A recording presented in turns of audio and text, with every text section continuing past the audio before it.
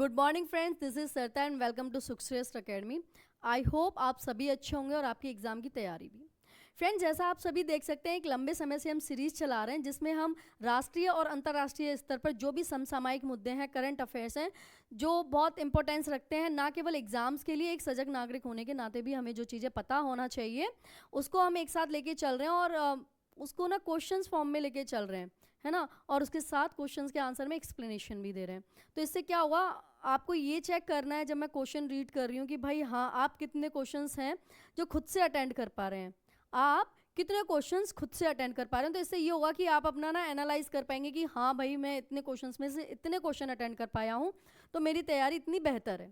ठीक है, तो वक्त बर्बाद ना करते हुए आज का पहला क्वेश्चन आपकी स्क्रीन पे कुछ इस तरह है कि नई दिल्ली 2024 में नई दिल्ली में प्रारंभ किए गए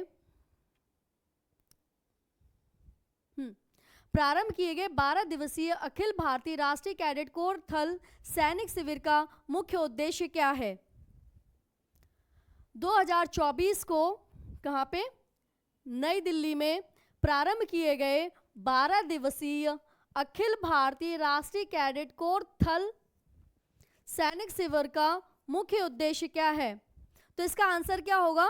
ऑप्शन नंबर ए, युवाओं में नेतृत्व और टीम वर्क की एक मजबूत नींव बनाना। ऑप्शन नंबर बी, आपातकालीन स्थितियों में सही प्रतिक्रिया देने के तरीकों को समझाना। युवाओं में सैन्य आत्मसमर्पण और देशभक्ति की भावना का विकास करना। जो कैंडिडेट हैं को सैन्य जीवन की वास्तविकता का अनुभव कराना।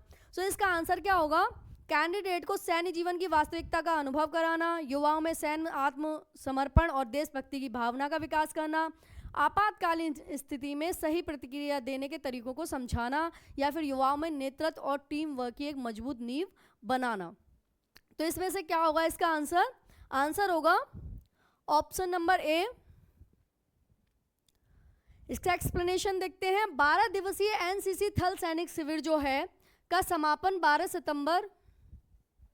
सितंबर 2024 को नई दिल्ली में हुआ। मैंने आप सभी को जैसे बोला था कि वो जो करंट अफेयर जो दिसंबर 2023 से 2024 में अभी तक जो इंपॉर्टेंस रखते हैं, रिलेवेंस रखते हैं एग्जाम के पॉइंट ऑफ व्यू से, उन्हीं को हम देखेंगे। तो 12 दिवसीय एनसीसी थल सैनिक शिविर 2024 का समापन 12 सितंबर 2024 को नई दिल्ली में हुआ। कहाँ हुआ, नई दिल्ली में हुआ। शिविर में हथियार चलाना, मानचित्र समझना, दूरी और क्षेत्र के संकेत का आकलन करना और स्वास्थ्य एवं स्वच्छता जैसी विभिन्न प्रतियोगिताएं शामिल थीं, जिनमें कैंडिडेटों की शारीरिक और मानसिक क्षमताओं को चुनौती मिली। नेक्स्ट क्वेश्चन देखते हैं। सितंबर 2024 के मध्य लखनऊ के मध्य कमान मुख्यालय में किस थीम के साथ पहला 2 दिवसीय संयुक्त कमांडर सम्मेलन आयोजित किया गया है। संयुक्त कमांडर संयोजन लखनऊ में जो हुआ है वो आयोजित किया गया है। तो इसकी थीम क्या है, इसकी थीम क्या होगी। ऑप्शन नंबर ए, जटिल वातावरण में नेतृत्व और कमान संभालना, राष्ट्रीय और वैश्विक सुरक्षा का रुझान, युद्ध का भविष्य, अंतरिक्ष और समुद्री क्षेत्र, सशक्त एवं सुरक्षित भारत सशस्त्र बलों में बदलाव। इसका क्या आंसर होगा, सशक्त एवं सुरक्षित भारत सशस्त्र जो बलों में बदलाव, युद्ध का भविष्य, अंतरिक्ष और समुद्री क्षेत्र। तो इसका आंसर आपको कमेंट सेशन में खुद से देना है, ठीक है। सो आंसर इसका होगा डी, सशक्त सुरक्षित भारत सशस्त्र बलों में बदलाव। इसका एक्सप्लेनेशन देखते हैं। संयुक्त कमांडर सम्मेलन का पहला आयोजन 2021 में किया गया था। इस सम्मेलन का उद्देश्य सशस्त्र बलों के विभिन्न अंगों के बीच समन्वय और सहयोग को बढ़ावा देना है। यह पहली बार होगा कि एक ऐसा मंच बनाया गया है जहां तीनों सेवाओं के सभी सैन्य कमांडर रक्षा बलों में चल रहे परिवर्तन पर चर्चा करने के लिए एक साथ मौजूद होंगे। इस दौरान थिएटर कमांड का निर्माण और बलों के बीच संयुक्तता की भावना स्थापित करने पर चर्चा की जाएगी। कॉन्फ्रेंस में थिएटर कमांड बनाने को लेकर चर्चा भी होगी। कॉन्फ्रेंस में थिएटर कमांड बनाने को लेकर चर्चा भी होगी। थिएटर कमांड का उपयोग युद्ध के दौरान तब होता है जब बात तीनों सेनाओं के बीच समन्वय की आती है। जब बात तीनों सेनाओं के बीच समन्वय की आती है यह तीनों सेनाओं के बीच तालमेल बनाने में अहम भूमिका अदा करेगा। जब आप देखते हैं कोई युद्ध की स्थिति होती है तब क्या होता है कि जो तीनों सेनाएं अगर उनमें सामंजस्य नहीं है ना, समन्वय नहीं है, और वो एक साथ बैठ के जो समन्वय नहीं स्थापित कर पाते हैं तो चीज़ों में कहीं ना कहीं प्रॉब्लम आती है। तो सिक्योरिटी को लेते हुए तीनों सेनाओं में समन्वय का होना बहुत ज़रूरी है, जिसके लिए एनसीसी ने पहला आयोजन 2021 में प्रारंभ किया था। और ये जो टॉपिक है वो इंटरनल सिक्योरिटी से है, इंटरनल सिक्योरिटी से है ना, तो ये हमें पता होना चाहिए। अगस्त 2024 को प्रधानमंत्री नरेंद्र मोदी ने नई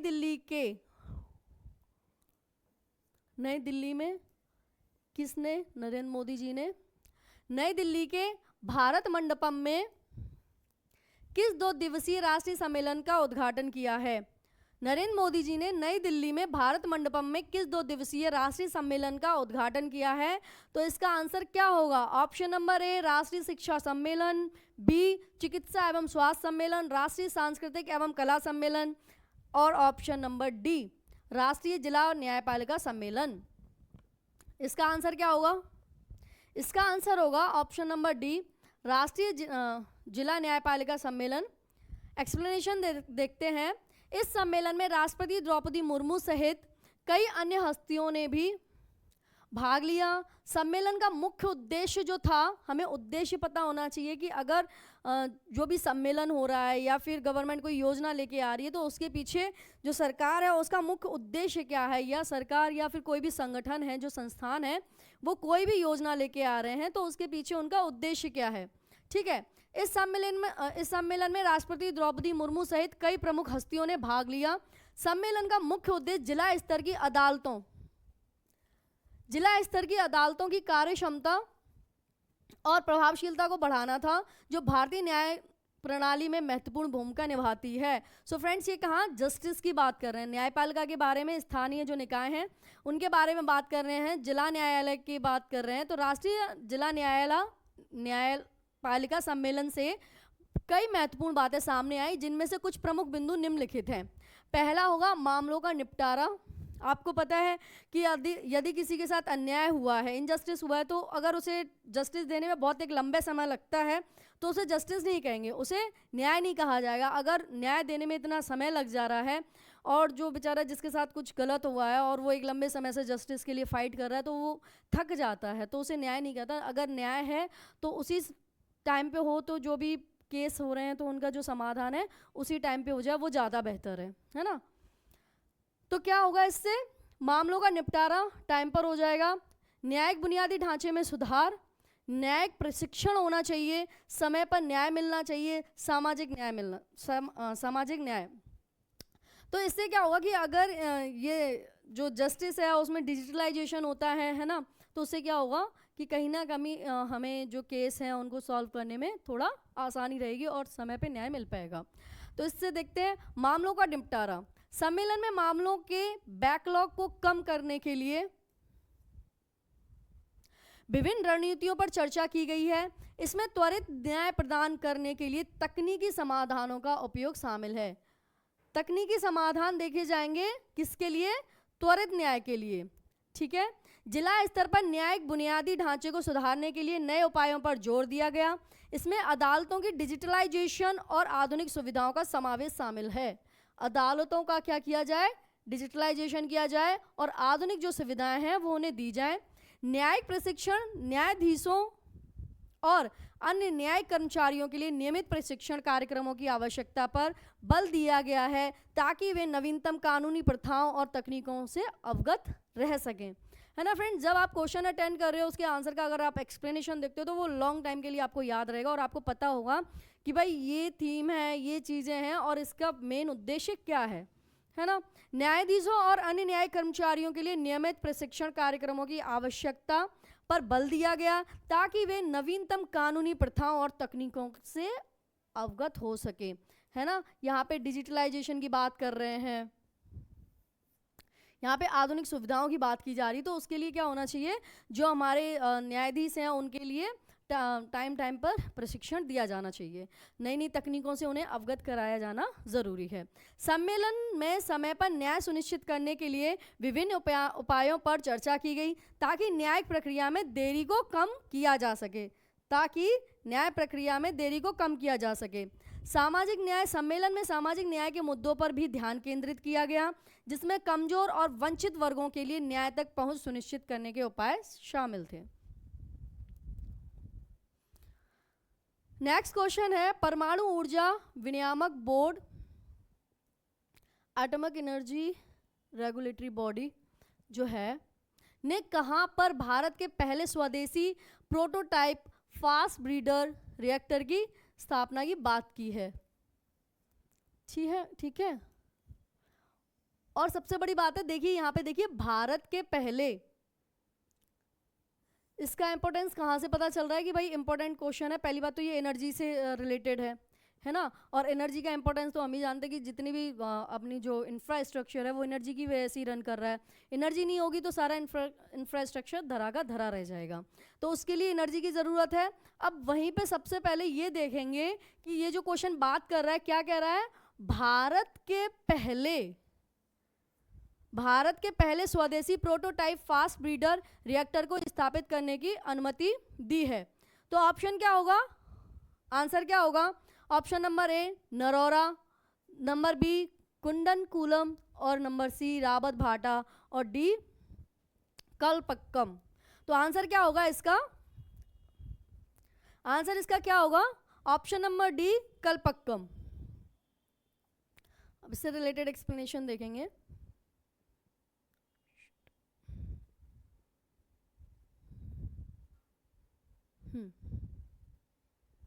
ठीक है। इस रिएक्टर का उद्देश्य भारत के विशाल थोरियम भंडार का उपयोग करना और ऊर्जा आत्मनिर्भरता प्राप्त करना है। इसके साथ ही यह रिएक्टर परमाणु कचरे में भी महत्वपूर्ण कमी लाता है। जो परमाणु कचरा होता है उसमें भी कमी लेके आता है, और थोरियम जो भंडारण है उसका उपयोग करना है, और एनर्जी के सेक्टर में आत्मनिर्भर बनाना है। ऊर्जा के क्षेत्र में हमें आत्मनिर्भर बनाना है। परमाणु ऊर्जा नियामक board, atomic energy regulatory body, Bharat में परमाणु ऊर्जा के सुरक्षित उपयोग की निगरानी और नियमन के लिए जिम्मेदार है। एक स्वतंत्र संस्था है। इसकी स्थापना 15 नवंबर 1983 को की गई थी। इसका मुख्यालय जो है वो कहाँ है? मुंबई। इसका मुख्यालय कहाँ है? मुंबई। स्थापना हुई है 1983 में। ठीक है। अब इसके जो मुख्य कार्य है, परमाणु सुरक्षा, रेडियोधर्मी सामग्री का प्रबंधन, नियामक निरीक्षण। परमाणु सुरक्षा में ये जो बॉडी है वो क्या करती है?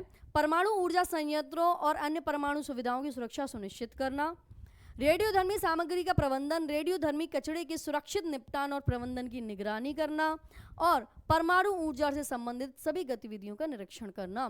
सो फ्रेंड, ये जो टॉपिक है एनर्जी से रिलेटेड है, और ये एनर्जी से अगर संबंधित है तो किस पेपर में आएगा? GS 3rd में आएगा, जहाँ पे एनर्जी से, जहाँ का जो टॉपिक है एनर्जी है, तो एनर्जी से संबंधित जो भी चीज़ें आएंगी वो कहाँ आएंगी? GS पेपर नंबर 3 में। ठीक है। नेक्स्ट देखते हैं, जुलाई 2024 को सुप्रीम कोर्ट ने बोला है, तो जाहिर सी बात है क्वेश्चन इंपॉर्टेंट है। जुलाई 2024 को सुप्रीम कोर्ट ने आपराधिक प्रक्रिया संहिता CRPC की किस धारा के तहत तलाकशुदा मुस्लिम महिलाओं को भरण पोषण की हकदार माना है? और महिलाओं से संबंधित जो भी प्रावधान है तो जाहिर सी बात है वो इम्पोर्टेंस रखता ही है। तो इसका आंसर क्या होगा? ए धारा 124, बी धारा 127, सी धारा 126, और डी धारा 125। तो क्या होगा इसका आंसर? आपको इसको अटेंड करना है। इसका आंसर क्या होगा? धारा 124, धारा 127, 26 और 25। यहाँ से क्वेश्चन बनते हैं। ठीक है। अगर सुप्रीम कोर्ट कोई भी निर्णय ले रहा है या वो कोई भी प्रावधान करते हैं तो जाहिर सी बात है जो अपनी न्यायपालिका है, जो सुप्रीम बॉडी है, उसके सारे डिसीजंस के बारे में हमें चीज़ें पता होना चाहिए। So your answer would be D, धारा 125।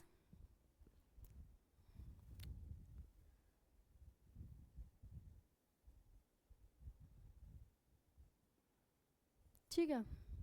सुप्रीम कोर्ट का गठन भारत का सर्वोच्च न्यायालय 28 जनवरी 1950 को स्थापित किया गया। यह भारतीय संविधान के तहत स्थापित किया गया है। आपने देखा होगा जब भारतीय संविधान में जहां भाग 5 में बात की गई है वहां पे न्यायपालिका को लेके बात की गई है, तो ये भारतीय संविधान में इसकी बात की गई है। न्यायाधीशों की जो नियुक्ति है, सुप्रीम कोर्ट के जो न्यायाधीश है ना, उनकी नियुक्ति जो होती है वो राष्ट्रपति द्वारा होती है, और जब ये 65 साल के हो जाते हैं तब ये सेवानिवृत्त हो जाते हैं। नेक्स्ट है, केंद्रीय गृह मंत्रालय ने जुलाई 2024 को पूर्व अग्निवीरों के लिए केंद्रीय सशस्त्र पुलिस बलों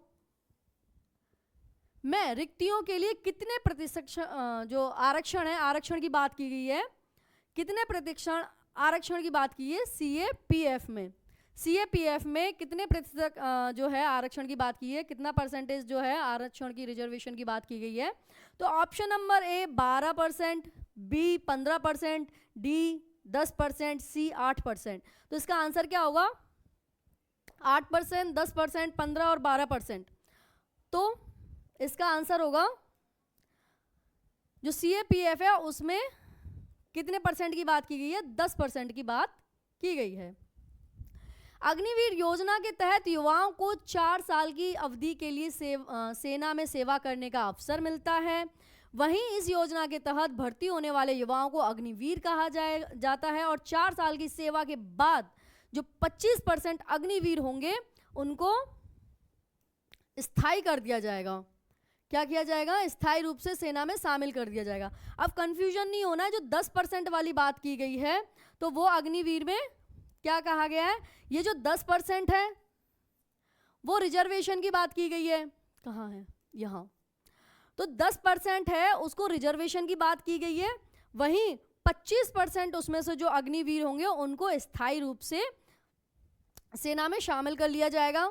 अग्निवीर बनने के लिए जो पात्रता है वो आपकी 17 साल 5 महीने है और 23 साल तक रहेगी, और वहीं शैक्षणिक जो योग्यता है वो 10th पास होने चाहिए। यह योजना भारतीय सेना को युवा और अधिक चुस्त बनाने के उद्देश्य से शुरू की गई है, जिससे सेना की औसत आयु कम होगी इसका। और ये जो अग्निवीर मुद्दा है आपने देखा कि ये काफ़ी चर्चाओं में बना रहा, और अभी भी इस पे कहीं ना कहीं कुछ वैसे चर्चाएं चलती रहती हैं कि हाँ भाई ये चीज़ें मतलब कितनी सही हैं और कितनी गलत है। इसके पक्ष में कई सारे तर्क भी हैं और कई विपक्ष में भी तर्क दिए जाते हैं। ठीक है, नेक्स्ट क्वेश्चन है, पत्तन पोर्ट परिवहन एवं जलमार्ग मंत्रालय ने डेज सेडिमेंट्स के मूल्य निर्धारण पर एक शोध प्रस्ताव को मंजूरी दी है। इस परियोजना को किस संस्थान द्वारा 3 वर्षों की अवधि में क्रियान्वित किया जाएगा? तो पहले तो क्वेश्चन बन सकता है कि भाई कौन सा मंत्रालय कर रहा है, तो हमें पता होना चाहिए कि पत्तन पोर्ट परिवहन एवं जलमार्ग मंत्रालय कर रहा है। क्या कर रहे हैं? डेज सेडिमेंट्स के मूल्य निर्धारण की बात की जा रही है, और ये कितने वर्षों के लिए? 3 वर्षों के लिए। अब नेक्स्ट हमें ये पता चल जाएगा कि कौन सा ऑर्गेनाइजेशन है जो ये काम करने वाला है। तो इसका ऑप्शन क्या होगा? आंसर क्या होगा? भारतीय प्रौद्योगिकी संस्थान दिल्ली, भारतीय प्रौद्योगिकी संस्थान रुड़की, राष्ट्रीय प्रौद्योगिकी संस्थान सिलचर और भारतीय प्रौद्योगिकी संस्थान बॉम्बे। इसका आंसर क्या होगा? Option D Bombay. भारतीय प्रौद्योगिकी संस्थान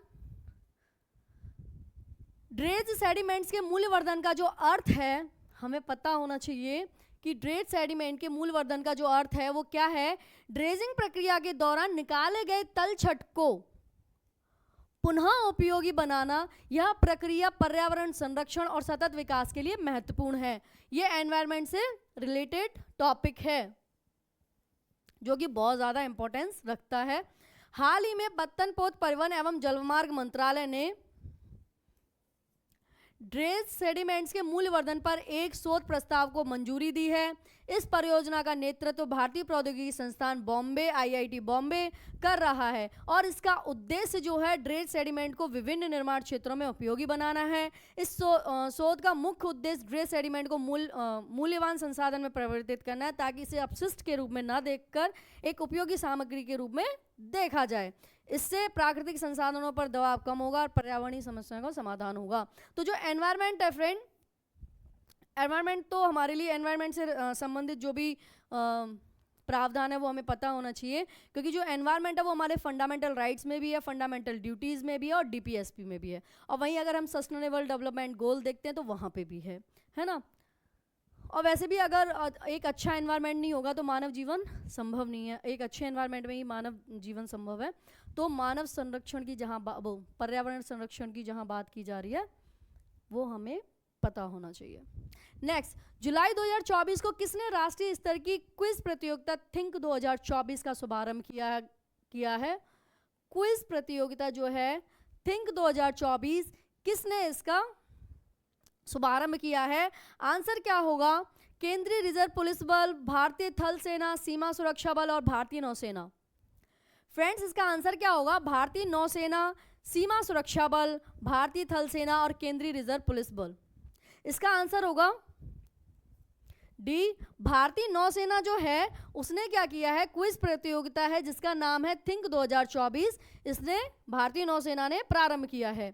इसका एक्सप्लेनेशन होगा, यह एक विशिष्ट राष्ट्रीय स्तर की क्विज प्रतियोगिता है। देश भर के स्कूली छात्रों के लिए आयोजित इस प्रतियोगिता का ग्रैंड फिनाले दक्षिण नौसेना कमान में होगा।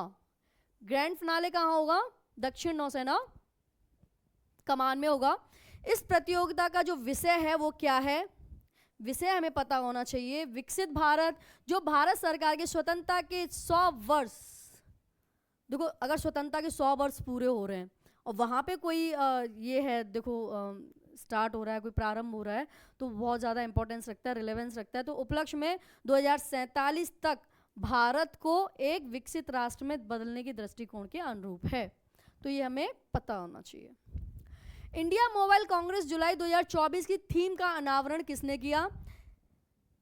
अब देखो इसमें कांग्रेस है, India Mobile App Congress, India Mobile Congress July 2024 की थीम का अनावरण किसने किया होगा? अमित शाह, नितिन गडकरी, किरण रिजिजू या फिर ज्योतिरादित्य सिंधिया।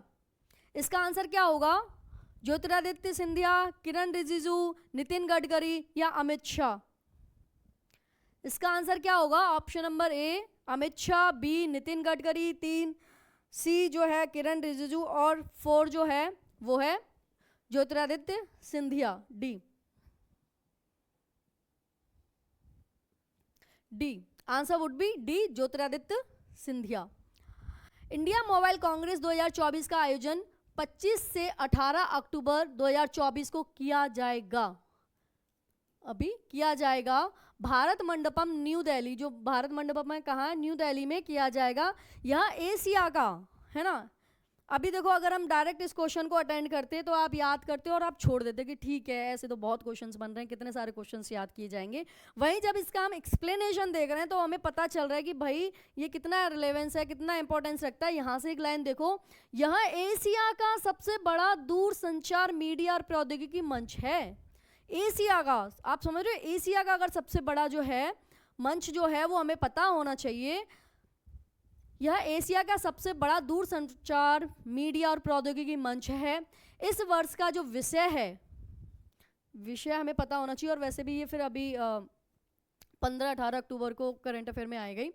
वैश्विक डिजिटल नवाचार, इसका जो थीम है हमें पता होना चाहिए, इसका जो विषय है वो हमें पता होना चाहिए कि भाई वैश्विक डिजिटल नवाचार है, ठीक है, जिसका उद्देश्य भारत को एक अग्रणी प्रौद्योगिकी डेवलपर, निर्माता और निर्यातक के रूप में स्थापित करना है।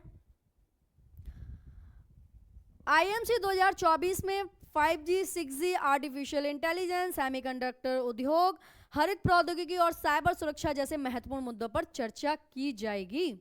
यह आयोजन उद्योग के अभिकर्ताओं, नीति निर्माताओं, प्रौद्योगिकी समर्थकों और हितधारकों को एक साथ आने और डिजिटल परीक्षण के भविष्य पर चर्चा करने के लिए एक मंच प्रदान करता है। देख रहे हो आप, अभी न्यायपालिका में भी डिजिटलाइजेशन की बात कर रहे थे, तो जो डिजिटलाइजेशन है इससे संबंधित बहुत सारी चीज़ें आती जा रही करंट अफेयर्स में, तो हमें